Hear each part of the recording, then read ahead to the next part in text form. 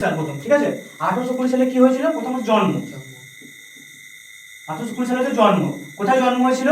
জন্ম হয়েছে মেদিনীপুর জেলায় বীরসিংহ গ্রামে। বোঝা গেছে? জন্ম হয়েছিল কোথায়? মেদিনীপুর জেলায় বীরসিংহ গ্রামে। বাবার নাম কি? পিতার নাম হচ্ছে পিতা হচ্ছেন ঠাকুরদাস, শ্রী ঠাকুরদাস বন্দ্যোপাধ্যায়। ঠাকুরদাস বন্দ্যোপাধ্যায়, ঠিক আছে। আর মাতা হচ্ছেন কে? না, ভগবতী দেবী। বোঝা গেছে? আর ঈশ্বরচন্দ্র বিদ্যাসাগরের প্রকৃত নাম হচ্ছে কি? ঈশ্বরচন্দ্র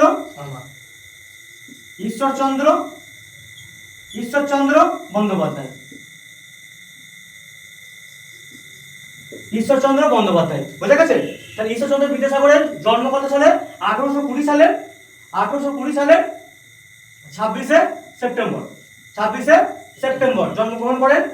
পিতা হচ্ছে শ্রী ঠাকুরদাস বন্দ্যোপাধ্যায়, মাতা হচ্ছেন ভগবতী দেবী, আর ওনার প্রকৃত নাম কি? ঈশ্বরচন্দ্র বন্দ্যোপাধ্যায়। বোঝা গেছে? কোথায় জন্মগ্রহণ করেন? সেটা হচ্ছে যে মেদিনীপুর জেলার বীরসিংহ গ্রামে। একটা পণ্ডিত, মানে ওনার বাবা ছিলেন পণ্ডিত মশাই, ঠিক আছে। একটা পণ্ডিত পরিবারে বিদ্যাসাগর জন্মগ্রহণ করেন। কত সালে? 1820 সালের 26শে সেপ্টেম্বর। বোঝা গেছে? বেশ, এবার বলি, এরপর ডিরেক্ট চলে যায় একদম 1841 সাল। 1841 সালে কি হয়েছিল? না, তিনি প্রথম বিদ্যাসাগর উপাধি পেয়েছিলেন। প্রথম বিদ্যাসাগর উপাধি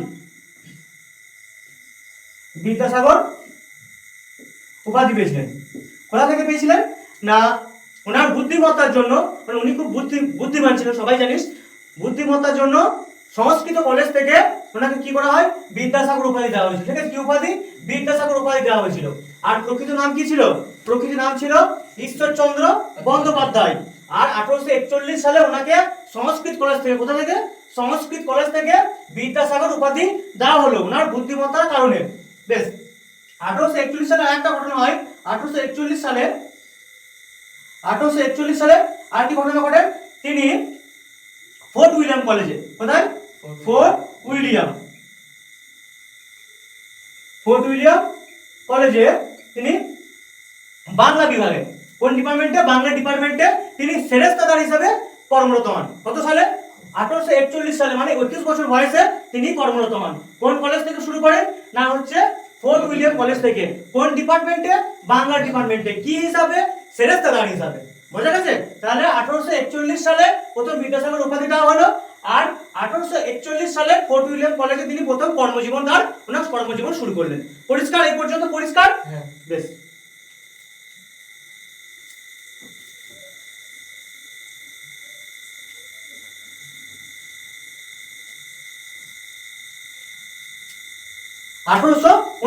সাল। কত? 1849 সাল। 1849 সালে কি করলেন? না, হিন্দু বালিকা বিদ্যালয়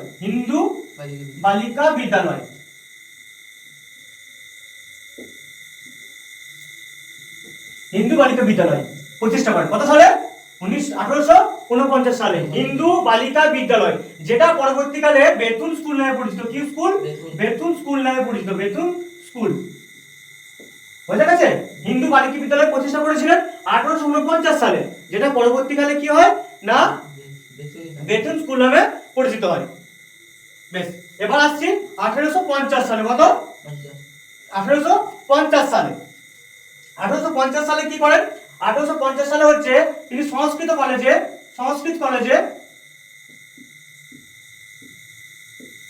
কলেজে কি করেন? না, অধ্যাপক হিসেবে কর্মরত হন। কি হিসাবে? অধ্যাপক হিসেবে। 1850 সালে তিনি অধ্যাপক হিসেবে কর্মরত হন। বোঝা গেছে? বেশ, 1851 সালে তিনি এটা কি ছিলেন? অধ্যাপক। এটা ছিলেন অধ্যাপক, এটা, ঠিক আছে। আর 1851 সালে হচ্ছে অধ্যক্ষ। ঠিক আছে? কি? অধ্যক্ষ। ঠিক আছে? অধ্যক্ষ হিসাবে নিয়োগ হন। 1850 সালে সংস্কৃত কলেজে অধ্যাপক হিসাবে, আর 1851 সালে হচ্ছে অধ্যক্ষ হিসাবে কি? সংস্কৃত কলেজে অধ্যক্ষ হিসাবে নিয়োগ করেন। 1849 সালে হিন্দু বালিকা বিদ্যালয় প্রতিষ্ঠা করে, যেটা পরবর্তীকালে কি হয়? না, বেতুন স্কুল নামে পরিচিতি লাভ করে, বা বেতুন স্কুল নাম পরিবর্তন করে কি রাখা হয়? বেতুন স্কুল রাখা হয়। বোঝা গেছে? বেশ, এরপর আসি 1855 সালে। 1855 সালে। 1855 সালে প্রথম কি করে না নর্মাল স্কুল স্থাপন করে। কি school? Normal school. Normal school. Normal school. এই স্কুলটা হচ্ছে কি টিচারদের, যে সমস্ত শিক্ষকরা ছিল তাদেরকে প্রশিক্ষণ দেওয়া হতো। বুঝা গেছে?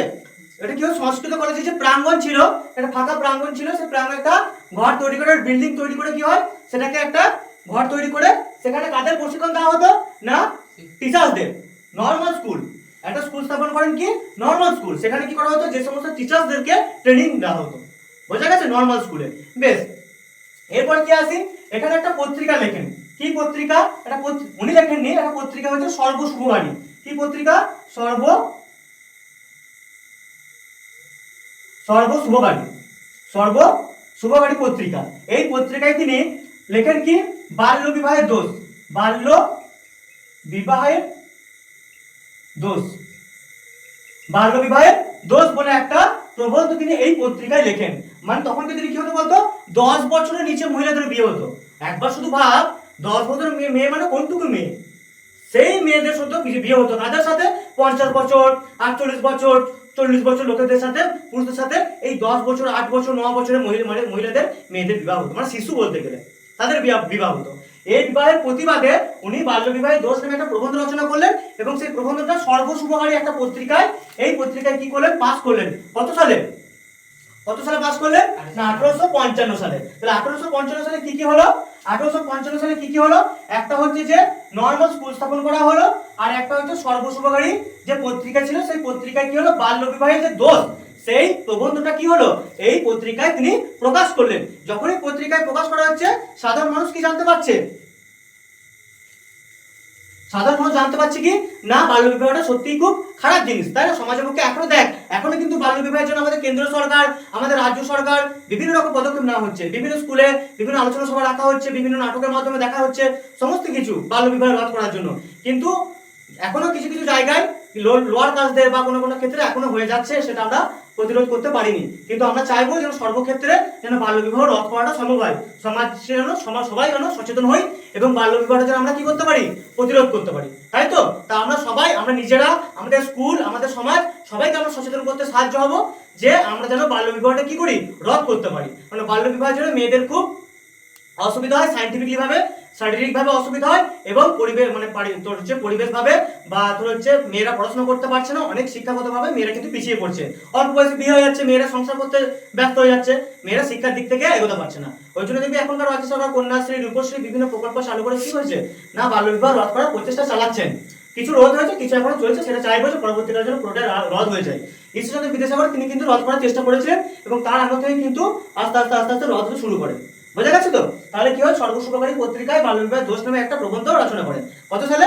1855 সালে। বোঝা গেছে? বেশ, 1855 সালে আরেকটা ঘটনা ঘটে। 1855 সালে আরেকটা ঘটনা ঘটে, সেটা হচ্ছে কি 5ই অক্টোবর। কত? 5ই অক্টোবর। 5ই অক্টোবর কি করেন না তখনকার দিনে জানতিস তো বিধবাদের মানে কি হতো বলতো, এই যে 10 বছর, 9 বছর, 8 বছর মহিলাদের কি হতো মানে বয়স্ক লোকের সাথে বিবাহ হয়ে যেত।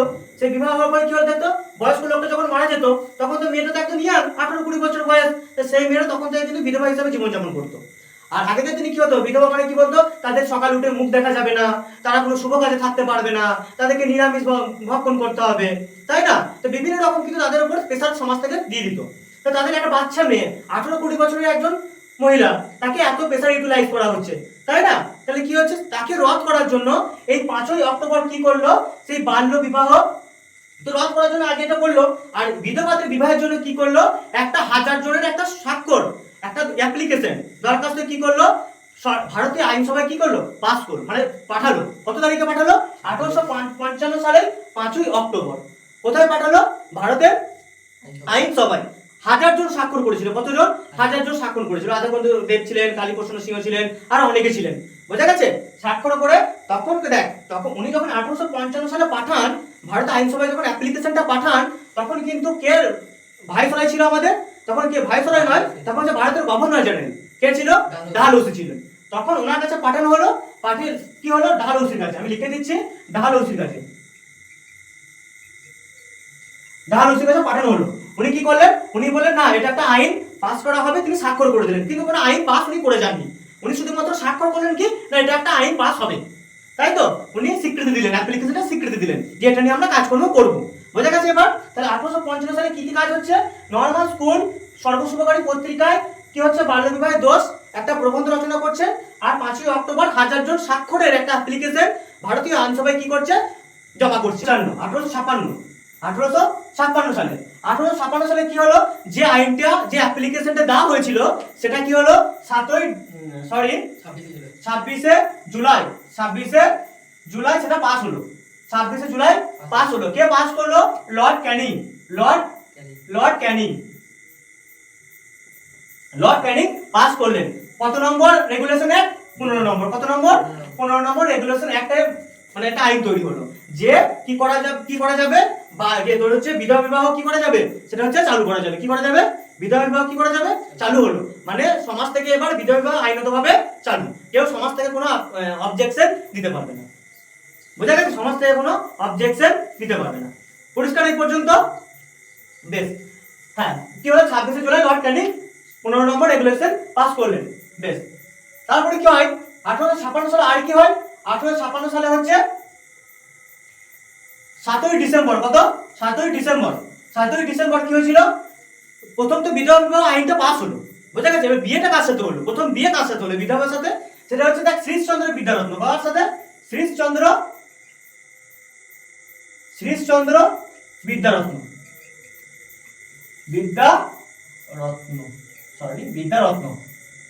বোঝা গেছে? শ্রীশচন্দ্র বিদ্যারত্ন। কার সাথে হলো বিয়েটা? কার সাথে হলো? সেটা হচ্ছে কালীমতি দেবী। কে? কালীমতি দেবী। প্রথম বিয়ে হলো। বোঝা গেছে? 7ই ডিসেম্বর পাস হচ্ছে কবে? 26শে জুলাই। বিয়ে হতে কতদিন সময় লাগছে দেখ। শ্রীশচন্দ্র বিদ্যারত্ন আর হচ্ছে কালীমতি দেবী। সেকেন্ড বিয়ে কার সাথে হয়? নারায়ণচন্দ্র বিদ্যারত্ন। কার পুত্র? ঈশ্বরচন্দ্র বিদ্যাসাগরের পুত্র। নারায়ণচন্দ্র সাথে হয়েছিল কার? হয়েছিল ভবসুন্দরী। বোঝা গেছে? ভবসুন্দরী। বোঝা গেছে? বর্ধমান রাজা এনাকে সাহায্য করেছিলেন, ফলে এই বিয়েটা হয়। ইনি বিধবা ছিলেন, ভবসুন্দরী বিধবা ছিলেন। সেই বিধবাকে কার সাথে বিয়ে হয়? ঈশ্বরচন্দ্র বিদ্যাসাগর নিজের পুত্রের সাথে বিয়ে দিচ্ছে। এখনকার দিনে কেউ দেবে? এখনকার দিনে কেউ মেনে নেবে না। একজন বিধবা মহিলাকে কেউ মেনে নেবে না এখনকার দিনে। মানবে? তাহলে ঈশ্বরচন্দ্র বিদ্যাসাগর কি করছে? সমাজকে সচেতন করছে, বিধবা বিবাহ চালু করছে, এবং তিনি কি করছে? নিজের পুত্রের সাথে বিবাহ দিচ্ছেন। তাহলে সমাজে নিজে কাজ করার আগে মানে নিজে তো সমাজকে বোঝাবার আগে নিজে বুঝতে হবে, নিজেকে করে দেখাতে হবে, তারপর সমাজ বুঝবে, তাই না? সেটা উনি করে দেখালেন। বোঝা গেছে? সেটা উনি করে দেখালেন। তাহলে 1856 সালে কি ঘটনা ঘটছে?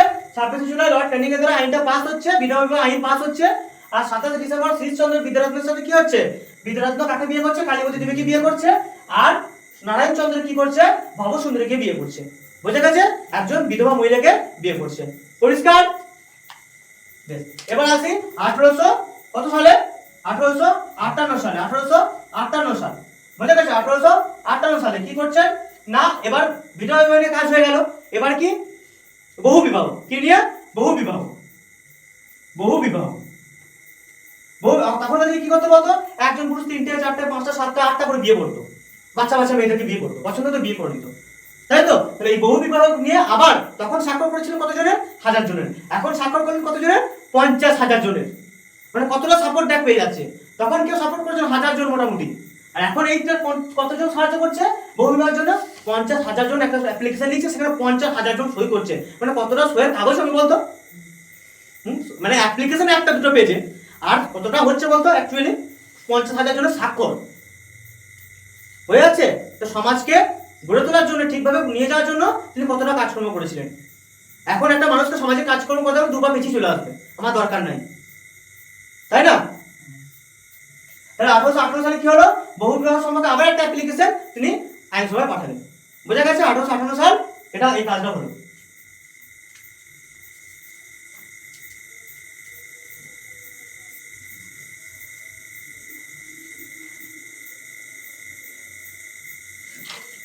বেশ। 1858 পর আসি কিসে? 1858 পর কিসে আসবো? 1860। 1860 কি হলো? মেয়েদের বয়স, বিয়ের বয়স কত করা হলো? 10 ন্যূনতম। মানে 10 বছরের কম মেয়েদের বিয়ে দেওয়া যাবে না। এখন কত? 18 বছর, তখন কত 10 বছর। 10 বছর মেয়েটা মনে হয় আমাকে সাপোজ কিসে পড়ে, কিসে পড়বে, ওটা 4-5-এ। সেই ন্যূনতম বয়স করা হতো 10 বছর করা হলো 1860 সালে। ন্যূনতম বয়স কত, 60 বছর। 60 বছর বলছি, 10 বছর ন্যূনতম করা হলো 1860-এ। বোঝা গেছে? 1864 সালে, 1864 সালে কি হলো না, তিনি কি স্থাপন করলেন, মেট্রোপলিটন ইনস্টিটিউশন। কি মেট্রোপলিটন ইনস্টিটিউশন, মেট্রোপলিটন নাকি রে, মেট্রোপলিটন, হ্যাঁ দেখ তো, মেট্রোপলিটন ইনস্টিটিউশন।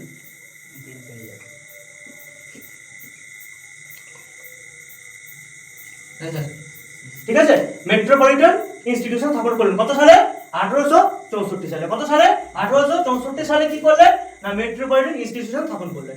বোঝা গেছে? বেশ, এবার আসি কত সালে, 1872-তে কি করেছিলেন, একটা Hindu unity fund, Hindu unity fund. এই ফান্ডের দ্বারা কি হতো, বিভিন্ন যে সমস্ত অবস্থা সম্পূর্ণ ব্যক্তিরা ছিলেন, পরিবার ছিলেন, এখানে কি হতো, একটা টাকা জমা করা হতো। সেই টাকার সাহায্যে কি করা হতো, তখনকার দিনে কি হতো বলতো, যে সমস্ত আমি বললাম, যে সমস্ত বিধবা, এই যে বাচ্চা মেয়েরা বিধবা হয়ে যেত, তাদেরকে সমাজ থেকে বুঝতেই পারছিস কিভাবে অত্যাচার করা হতো, তাদেরকে সাহায্য করার জন্য এই ফান্ডটা প্রতিষ্ঠা করা হয়েছিল। কি হিন্দু ইউনিটি ফান্ড। বোঝা গেছে? হিন্দু ইউনিটি ফান্ড 1800 কত সালে, 72 সালে। ঘুম পাচ্ছে? হ্যাঁ হ্যাঁ, ঘুম পেলে হবে না, বেশ তাড়াতাড়ি শেষ করো, বেশিক্ষণ টাইম নেবো না। এরপর আসছি কত, 1800 কত, এরপর হচ্ছে 1800 কত 90। 1890 কি হলো, এই যে 10 বছরটা 12 বছর হলো, 10 বছরটা কি হলো, 12 বছর করা হলো। সব থেকে বিবাহের বয়স কত ছিল, 10 বছর। এটা 1890 সালে কি করা হলো, 12 বছর করা হলো। ন্যূনতম বয়স কত হলো, 12 বছর। বোঝা গেছে? ন্যূনতম বয়স হলো 12 বছর। বোঝা গেছে? 1891 সালে, 1800 কত 91 সাল, 1800 কত 91 সালে তিনি কি করলেন, একটা নিজের একটা আত্মজীবনী লিখলেন। কি প্রভাবতী সম্ভাষণ, কি প্রভাবতী সম্ভাষণ, মায়ের রিকোয়েস্ট। ঠিক আছে, সম্ভাষণ, প্রভাবতী সম্ভাষণ। আর এই 1900 লিখে দিচ্ছি, বল আমাকে। আর 1891 সালে কি হলো, ওনার মৃত্যু হলো। কবে, 29শে কি 29শে জুলাই। বোঝা গেছে? 29শে জুলাই। জন্ম কত সালে হয়েছিল, 1820 সালে। মৃত্যু হলো 1891 সালে। জন্ম হয়েছিল কত তারিখে, 26শে সেপ্টেম্বর। মৃত্যু হলো কবে, 29শে জুলাই। বোঝা গেছে? 29শে জুলাই মৃত্যু হলো। পরিষ্কার? আর কি লিখেছিলেন 1891 এ, প্রভাবতী সম্ভাষণ। পরিষ্কার? এই পর্যন্ত পরিষ্কার? 1860 সালে মেয়েদের ন্যূনতম বয়স কত হলো, 10 বছর। বোঝা গেছে? 10 বছর। 1860 সালে মেয়েদের ন্যূনতম বয়স 10 বছর। 1864 সালে মেট্রোপলিটন ইনস্টিটিউশন স্থাপন করলেন। ঠিক আছে? 1872 সালে হিন্দু ইউনিটি ফান্ড স্থাপন করলেন, যেখানে বিধবা মহিলাদের কি করা হতো, সাহায্য করা হতো। গরিব যে সমস্ত দরিদ্র বিধবারা ছিলেন, তাদেরকে সাহায্য করা হতো। 1890 সালে কি করা হলো, 10 বছর ছিল বিধবাদের ন্যূনতম বয়স, সেটা কি করা হলো না 12 বছর করা হলো। বিধবা নয়, মেয়েদের ন্যূনতম বয়স কত হলো, 12 বছর করা হলো বিবাহের। আর 1891 সালে প্রভাবতী সম্ভাষণ একটা আত্মজীবনী তিনি লিখলেন। আর 1891 সালে 29শে জুলাই ওনার মৃত্যু হলো। পরিষ্কার এই পর্যন্ত? বেশ, এবার আসি উনি কি কি বই লিখেছিলেন।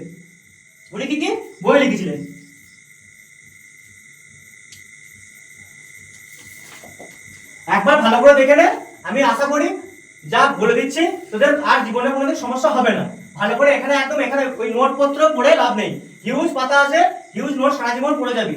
একদম ক্লাসে ঢুকিয়ে নিয়ে যাও, বাড়ি থেকে শুধু একবার রিভাইজ করে নেবে, তোমাদের নোট একদম, তোমাদের এই জিনিসটা একদম ক্লিয়ার এসে যাবে। ওই সারা জীবন বইয়ের পাতা উল্টি হিউজ জিনিস পড়ে গেলাম, তবে কি এসব দরকার নেই আমার। কৃষ্ণচন্দ্র বিদ্যাসাগর যে সমস্ত সাল আছে, যে 10-12টা সাল আমি বলে দিলাম। এবারে কি কি বই আছে, কি কি বই লিখেছিলেন উনি। বই লিখেছিলেন, প্রথম হচ্ছে বই লিখেছিলেন সংস্কৃত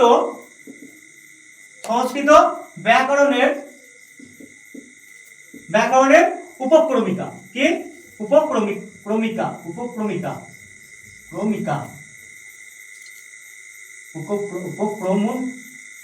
দেখতে হবে, উপক্রমণিকা। কি আছে? সংস্কৃত ব্যাকরণের উপক্রমণিকা। হ্যাঁ, উপক্রমণিকা, উপক্রমণিকা, ঠিক আছে? সংস্কৃত ব্যাকরণ উপক্রমিকা, এটা কি বই? এটা হচ্ছে দেখ, উনি যখন মানে বাংলা ভাষা বা সংস্কৃত ভাষা নিয়ে চর্চা করেন না, তখন তার আগে ভাষাটা একটু খারাপ ছিল, তখন ব্যাকরণটা অতটা পরিষ্কার পরিচ্ছন্ন ছিল না। উনি কি করলেন, এই সংস্কৃত ব্যাকরণ উপক্রমিকা এই বইটার মাধ্যমে কি হলো, সংস্কৃত ভাষা শেখা যেত বাংলা ভাষার মাধ্যমে। আমরা এখন পড়ি না বাংলা ভাষাকে, দেখি দেখি আমরা কি পড়ি, সেই নর নড়া নাড়া পড়ি না, ঠিক আছে? তো ওইগুলো কি পড়ি, বাংলার মাধ্যমে পড়ি, তো কিন্তু লেখাটা কি, ল্যাঙ্গুয়েজটা কি সংস্কৃত, কিন্তু পড়ি কিসের মাধ্যমে, বাংলার মাধ্যমে। এই যে এটা হচ্ছে সংস্কৃত ব্যাকরণের উপক্রমণিকা, বোঝা গেছে? বেশ, আর কি বই লিখেছিলেন, একটা ব্যাকরণ কৌমুদি। কি ব্যাকরণ, ব্যাকরণ কৌমুদি, ব্যাকরণ কৌমুদি। আর একজনের ব্যক্তি ছিলেন সম্বাদ কৌমুদি, সেটা রাজা রামমোহন রায়ের, সেটা সম্বাদ কৌমুদি। আর এটা হচ্ছে কি ব্যাকরণ কৌমুদি, গোলমাল পাখি ফেলেছো জানো, ওটা হচ্ছে সম্বাদ কৌমুদি রাজা রামমোহন রায়ের, আর এটা হচ্ছে ব্যাকরণ কৌমুদি। এছাড়া বই লিখেছিলেন কি, সব থেকে গুরুত্বপূর্ণ, সব থেকে ইম্পর্টেন্ট বই হচ্ছে বর্ণ পরিচয়, বর্ণ পরিচয়। আর কি ছিল, আর কি ছিল, কথামালা, কি ছিল কথামালা, আর কি ছিল, বোধোদয়, বোধোদয়, নীতিমালা, ঠিক আছে? এসব ছিল। তাহলে কি কি বই ছিল, সংস্কৃত ব্যাকরণ উপক্রমণিকা, আর হচ্ছে যে ব্যাকরণ কৌমুদি, বর্ণ পরিচয়, কথামালা, বোধোদয়, এই সমস্ত বই ছিল, লিখেছিলেন উনি। সব থেকে গুরুত্বপূর্ণ বই হচ্ছে বর্ণ পরিচয়, যেটা আমরা কি করি, অ আ ক খ যেটা পড়ছিস সেটা লিখছিলেন উনি, বুঝা গেছে? বেশ, এটা সম্পর্কে রামকৃষ্ণ পরমহংসদেব কি বলছে, বলছে না উনি নদী, না উনি নালা, না উনি খাল, উনি হচ্ছেন কি সমুদ্র, উনি হচ্ছেন সমুদ্র, সাগর।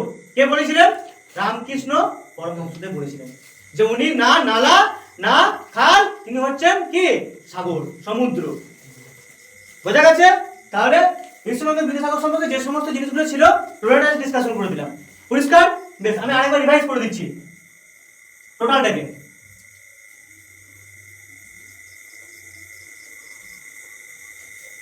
এনার্জি বজায় রাখতে হবে, জিতেন সবসময় ফুল এনার্জি, বোঝা গেছে? ফুল এনার্জি একদম। বেশ, 1820 কি জন্ম, 1820-তে কৃষ্ণদেব বিদ্যাসাগরের জন্ম। 1841 কি হয়, তিনি বিদ্যাসাগর উপাধি পান। 1841 কি হয়, তিনি বিদ্যাসাগর উপাধি পান। 1841-এ কি হয়, তিনি ফোর্ট উইলিয়াম কলেজে কি হয়, প্রথম কর্মজীবন শুরু করেন। 1841-এ কর্মজীবন শুরু করেন। 1849 সালে কি করেন, হিন্দু বালিকা বিদ্যালয় প্রতিষ্ঠা করেন, যেটা বেতুল স্কুল নামে পরিচিত, যেটা বেতুল স্কুল নামে পরিচিত। 1850 সালে তিনি সংস্কৃত কলেজে কি হন, অধ্যাপক হন। 1851 সালে তিনি কি হন, 1851 সালে তিনি কি হন, অধ্যক্ষ হন। তারপর হচ্ছে 1855 সালে কি হয় না, 1855 সালে প্রথম কি হয়, নরমাল স্কুল স্থাপন করেন, নরমাল স্কুল, যেটা টিচারদের ট্রেনিং দেওয়া হতো। আর কি করেন, এটা হচ্ছে তিনটা এ বি, কি হচ্ছে বি হচ্ছে না, ওই যে বাল্য বিবাহের দোষ কোন পত্রিকায় প্রকাশ করেছিলেন, সেটা হচ্ছে সর্বশুভকারী, কি সর্বশুভকারী। আর সি কি ছিল, সি হচ্ছে যে কি ছিল, সি হচ্ছে যে 5ই অক্টোবর কি করলো, একটা অ্যাপ্লিকেশন 1000 জনের স্বাক্ষরকারী কি করলো, ভারতীয় আইনসভায় পাঠানো হলো বিধবা বিবাহ চালু করার জন্য। কি করার জন্য, বিধবা বিবাহ চালু করার জন্য, মনে আছে? বিধবা বিবাহ চালু করার জন্য, মনে থাকবে, বিধবা বিবাহ চালু করার জন্য। আর বাল্য বিবাহ রদ করেছিলেন কে, সেটা হচ্ছে কে, বুঝা গেছে? বেশ, আর 1856 সালে কি হলো, বিধবা বিবাহ চালু হলো। প্রথম বিধবা কবে হলো, 7ই ডিসেম্বর। কার সাথে হলো, কার সাথে হলো, কার সাথে হলো, শ্রীশচন্দ্র বিদ্যারত্নের সাথে কালীমতি দেবী, 7ই ডিসেম্বর। আর কি 1856-তে এটা এতে গেল, ঠিক আছে? বিতে কি হলো, বিতে হলো না, যে আইনটা পাস হয়েছিল সেটা কি ছিল, 15 নম্বর রেগুলেশন। আর ঈশ্বরচন্দ্র বিদ্যাসাগরের পুত্র কি, নারায়ণচন্দ্র বিদ্যারত্ন, তার সাথে বিয়ে হয়েছিল ভবসুন্দরী, ভবসুন্দরীর সাথে নিজের পুত্র নারায়ণচন্দ্র বিদ্যারত্নের সাথে কি হয়েছিল, বিবাহ হয়েছিল। 1800 কত, 1860, 1860-এ কি হলো, সরি 1858 ছিল না, 1858-তে কি করা হলো, বহু বিবাহের জন্য একটা অ্যাপ্লিকেশন দেওয়া হলো। 1860-এ কি হলো, 1860-এ কি হলো, 1860-এ কি হলো, 1860 কি হলো, 1860-এ 10 বছর করা হলো। মেয়েদের বিবাহের বয়স কত হলো, ন্যূনতম 10 বছর করা হলো। 1800 কত হলো 1864 কি হলো হিন্দু মেট্রোপলিটন ইনস্টিটিউশন। 1872 কি হলো হিন্দি ইউনিটি ফান্ড, বুঝা গেছে, যেটা কি করা হতো বিধবা মহিলাদের কি করা হতো সাহায্য করা হতো। আর 1890 কি হলো এই যে 10 বছর ছিল মেয়েদের বিবাহের বয়স সেটা কি করা হলো 12 বছর করা হলো। আর 1891 সালে কি হলো 1891 সালে মায়ের রিকোয়েস্টে, মায়ের নয় মানে উনি রিকোয়েস্ট করেছিলেন যে একটা আত্মজীবনী কি করা হলো মায়ের রিকোয়েস্টে তিনি কি করেছিলেন মহাবতী সম্ভাষণ লিখেছিলেন। আর 1891 সালে ওনার 29 জুলাই কি হয় ওনার মৃত্যু হয়। আর ওনার বই কি হয়েছিল সংস্কৃত ব্যাকরণের উপক্রমণিকা, আর হচ্ছে বর্ণ পরিচয়, কথামালা, বোধোদয়, বুঝা গেছে, এই সমস্ত বই ওনার ছিল। আর পরমহংসদেব কি বলেছিলেন, রামকৃষ্ণদেব কি বলেছিলেন না উনি না নালা না খাল, উনি ছিলেন সাগর সমুদ্র, বোঝা গেছে। আর রবীন্দ্রনাথ ঠাকুর বলেছিলেন কি উনি হচ্ছে বাংলা ভাষার প্রথম শিল্পী, শক্তিকারী শিল্পী, বোঝা গেছে। তাহলে আজকে ঈশ্বরচন্দ্র বিদ্যাসাগর এই পর্যন্তই শেষ। কারো কিছু বুঝতে অসুবিধা, কিছু অসুবিধা মনে আছে, মনে থাকবে, ক্লিয়ার, বেশ।